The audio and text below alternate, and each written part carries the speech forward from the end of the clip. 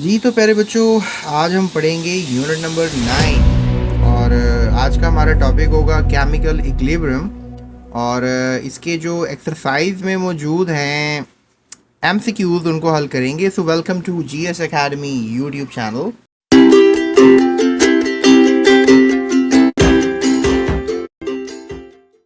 जी तो बच्चों, पहला सवाल जो है वो ये किया जा रहा है कि what is true about equilibrium state. Equilibrium state के बारे में सच क्या है।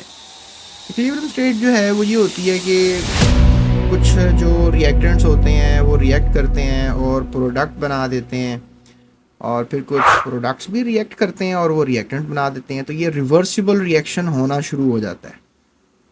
और समझ लें कि एक तराजू में बराबरी आ जाती है, तो इसको कहते हैं chemical equilibrium state. The forward reaction stops. तो फॉरवर्ड रिएक्शन, ये जो रिएक्टेंट्स का प्रोडक्ट बना है इसको फॉरवर्ड रिएक्शन कहते हैं। तो ये रुकता कभी नहीं, याद रखें। केमिकल इक्विलिब्रियम स्टेट में फॉरवर्ड रिएक्शन हर वक्त होता रहता है, रिवर्स रिएक्शन हर वक्त होता रहता है। ऐसा लगता है रिएक्शन रुका हुआ है, लेकिन रुका हुआ नहीं कभी होता। तो रिवर्स रिएक्शन स्टॉप्स, दोनों बातें तो गलत हो गई। Both forward and reverse reaction stop, दोनों रिएक्शन स्टॉप हो जाते हैं, ये बात भी गलत है क्योंकि ऐसा नहीं होता। Both forward and reverse reactions continue at the same rate, ये बड़ा ज़बरदस्त लफ्ज़ है और यही इसका आंसर है। So D option is the right option. So tick लगा लें आप डी ऑप्शन के ऊपर। अगला सवाल किया जा रहा है जी, when a mixture of dash and is sealed, when a mixture of I don't know, यहाँ मिस प्रिंटिंग है। The mixture of a dash is sealed in a flask and the temperature is kept constant 25 degree, following equilibrium established। अब hydrogen gas है, iodine molecule है। Iodine molecule का colour याद रखिएगा purple होता है, ठीक है। जब इसे रिएक्शन नहीं होता ना, जैसे लेट्स से हमारे पास कॉनिकल फ्लास्क है और इसमें हमारे पास आयोडीन के वेपर्स हैं, पर्पल कलर है इस वक्त इस राउंड बॉटम फ्लास्क का, और हाइड्रोजन गैस है, तो पर्पल कलर की ये सारा मिक्सचर होता है। जब आप हीट करते हैं तो ये पर्पल कलर जो है वो गायब हो जाता है और you know that becomes colourless. तो that is a very nice story जो मैं आपको सुना रहा हूँ। तो इससे पता लगता है कि जो हाइड्रोजन और आयोडीन थे वो रिएक्शन कर गए हैं। तो बहरहाल द सीन इज़ दैट कि जब टेम्परेचर आप दोबारा नॉर्मल करते हैं तो ये टूट जाता है, कंपाउंड अनस्टेबल हो जाता है और दोबारा से ये वाली गैसेस बन जाती हैं। तो ये दोनों गैसेस मिलकर ये गैस बनाती हैं, फिर ये टूट कर दोबारा ये, तो रिएक्शन फॉरवर्ड भी हो रहा है, रिवर्स भी हो रहा है, रिवर्सिबल रिएक्शन हो रहा होता है। 25 डिग्री पर भी हो रहा होता है ये, तकरीबन थोड़ा सा टेम्परेचर ज़्यादा करेंगे तब भी हो रहा होता है। तो फिर सब्सटेंस और substances will be present at the equilibrium mixture. तो इक्विलिब्रियम मिक्सचर में क्या आपको मिलेगा? तो प्यारे बच्चों, इक्विलिब्रियम मिक्सचर में जब फॉरवर्ड रिएक्शन भी हो रहा है, रिवर्स रिएक्शन भी हो रहा है, तो आपको आयोडीन भी मिलेगी, हाइड्रोजन गैस भी मिलेगी, हाइड्रोजन आयोडाइड भी मिलेगा, सब कुछ मिलेगा आपको, ठीक है। क्योंकि रिएक्टेंट और प्रोडक्ट्स दोनों प्रेजेंट होते हैं, ठीक है। ये अब अलग बात है कि कौन से ज़्यादा मिकदार में होंगे, रिएक्टेंट ज़्यादा मिकदार में मिलेंगे, प्रोडक्ट, तो हर किसी रिएक्शन का अपना अपना हिसाब होता है, ठीक है। तो ये बातें मैं आपसे बाद में करूंगा। बहरहाल आंसर इसका डी है, तो D option without any tension आप लगा लें, that is the right answer.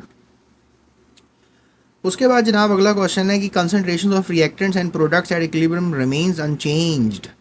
कि कंसंट्रेशन रिएक्टेंट्स की और प्रोडक्ट्स की जो है इक्विलिब्रियम पे फिर कभी चेंज नहीं होती। यानी कि अगर जो है वो हमारे पास ए ने रिएक्शन किया है बी के साथ, जो भी इनकी मिकदारें थी वो मिल गई आपस में, ए और बी मिल गए, कंपाउंड्स मिल गए और सी और डी बना दिया इन्होंने, और कुछ इनकी भी वैल्यूज़ बन गई। लेकिन द सीन है कि जो इनकी कंसंट्रेशन है, इक्विलिब्रियम आ गया हुआ है, लेट्स से दैट इक्विलिब्रियम आ गया हुआ है, तो जो ए की कंसंट्रेशन है, बी की कंसंट्रेशन है, वो फॉरवर्ड जा रही है कुछ ना कुछ वैल्यू, और सी की और डी की भी आपस में रिएक्शन कर रहे हैं और वैल्यूज़ कुछ रिवर्स हो रही हैं, कुछ कंसंट्रेशन रिवर्स आ रही हैं।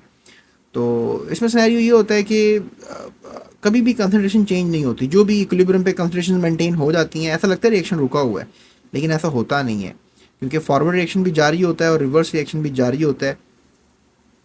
तो क्वेश्चन कह रहा है कि जो कंसंट्रेशन रिएक्टेंट्स की प्रोडक्ट्स की होती है इक्विलिब्रियम पे रिमेन्स अनचेंज, कभी भी चेंज नहीं होती, इफ़ आप इस रिएक्शन से पंगा ना लें।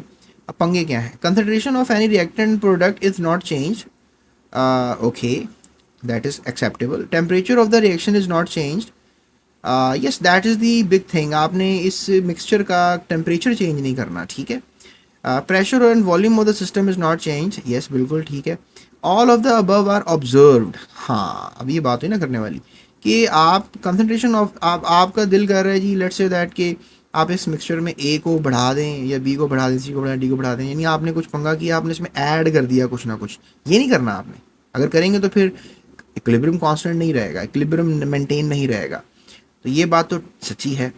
Temperature of the reaction not change, temperature नहीं चेंज करना, टेम्परेचर चेंज करने से भी वैल्यूज़ में फ़र्क आ जाता है, कंसंट्रेशन में फ़र्क आता है। मतलब 25 डिग्री पे जो रिएक्शन जिस तरीके से हो रहा है, आप ये नहीं कह सकते कि 30 डिग्री पे भी उसी तरीके से रिएक्शन हो रहा होगा। तो the things really change if we change the temperature. तो ये भी ठीक बात ही लिखी हुई है। प्रेशर वॉल्यूम भी आप इस सिस्टम का चेंज नहीं करना होता। प्रेशर वॉल्यूम के चेंज करने से मतलब कुछ एक्सटर्नल फैक्टर्स हैं जो आपने चेंज नहीं करने हैं। जब इक्विलिब्रियम आ चुका होता है तो रिएक्शन से पंगा नहीं करना, उसके छेड़छाड़ नहीं करनी, ताकि वो इक्विलिब्रियम पे रहे। जैसे सिंपली मैं चलिए आपको एक और मिसाल समझाता हूँ। हमारे पास अर्थ है, अर्थ के अंदर जो है एक वैल्यू है ऑक्सीजन की जो कि 21% है, कार्बन डाइऑक्साइड है हमारे अर्थ में, दैट इज़ समथिंग लाइक 0.034%।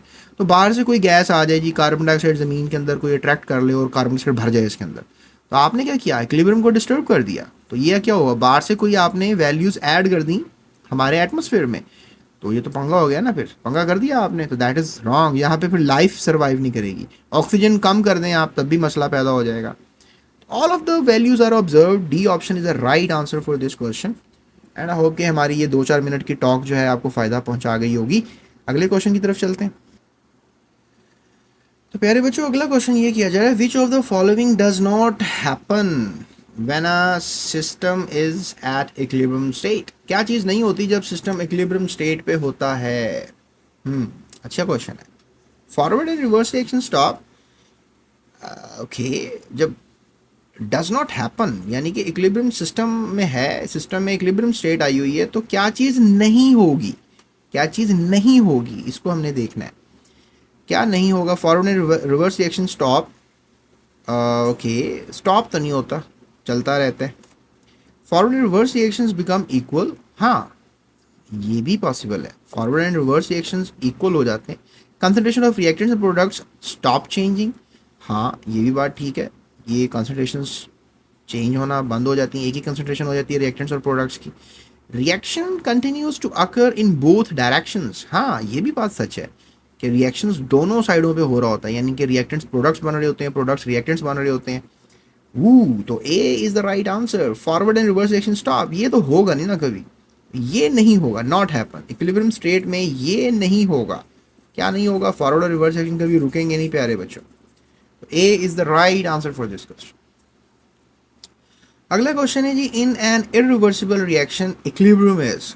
अच्छा, एक रिएक्शन इरिवर्सिबल है, यानी कि इरिवर्सिबल रिएक्शन कैसे शो करते हैं, अगर हमारे पास लेट्स से दैट हमारे पास हाइड्रोजन गैस है, ऑक्सीजन गैस है, और वो रिएक्ट कर गई प्लाटिनम कैटलिस्ट की मौजूदगी में और वाटर बन गया, ठीक है, 2 मोल लेते हैं, 2 मोल हाइड्रोजन गैस, बैलेंस होगी इक्वेशन। अब ये जो एरो है ना, ये वाला एरो सिंगल लाइन वाला, ये वाला एरो हमें इंडिकेट करता है कि रिवर्सिबल रिएक्शन है, ये वाला इंडिकेट करता है कि इरिवर्सिबल रिएक्शन है, यानी कि सिंगल डायरेक्शन पे जाने वाला है। इसमें क्या सीन हो रहा है, ये हमें रिएक्शन बता रहा है कि भाई रिएक्टेंट्स प्रोडक्ट बन रहे हैं लेकिन प्रोडक्ट्स रिएक्टेंट्स नहीं बन रहे। ये वाले जो एरोज होते हैं ना, ये बताते हैं कि रिएक्टेंट्स प्रोडक्ट्स बन रहे हैं, प्रोडक्ट्स रिएक्टेंट्स बन रहे हैं।